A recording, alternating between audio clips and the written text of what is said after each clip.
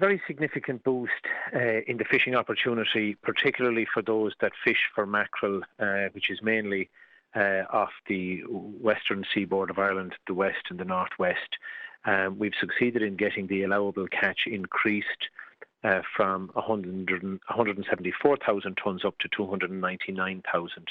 And what that means from a European perspective is a significant increase in the availability of fishing opportunity. And from an Irish perspective, it gives us an additional 8,000 tonnes.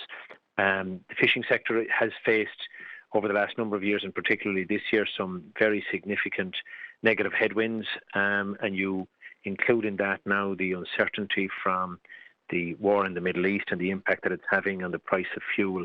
So this is a positive outcome. It's positive from the fisherman's perspective in the first instance, but it's also very positive because it's an extra 8,000 tonnes of mackerel that will be processed in our processing factories in the coastal communities. That helps to stabilise jobs. It puts money into the local communities.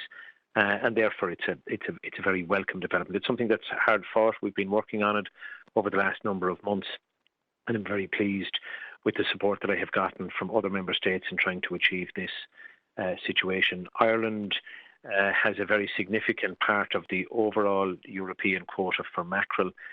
We have over 50% of the share, so any improvement in the European part of the quota would benefit Ireland to a greater extent, and therefore it was important to have the support of other countries in our efforts there.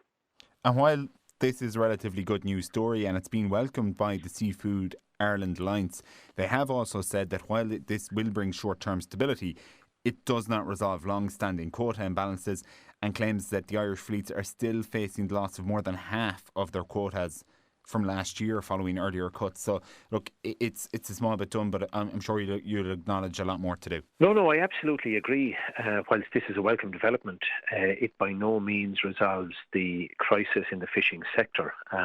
It's a significant win at a very difficult time, but of course there's continued work to be done.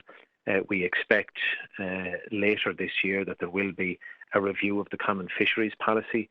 There's opportunities there for Ireland to improve the lot of fishermen and women in Ireland, and I obviously will be working with other like-minded states to try to achieve some positive outcomes there.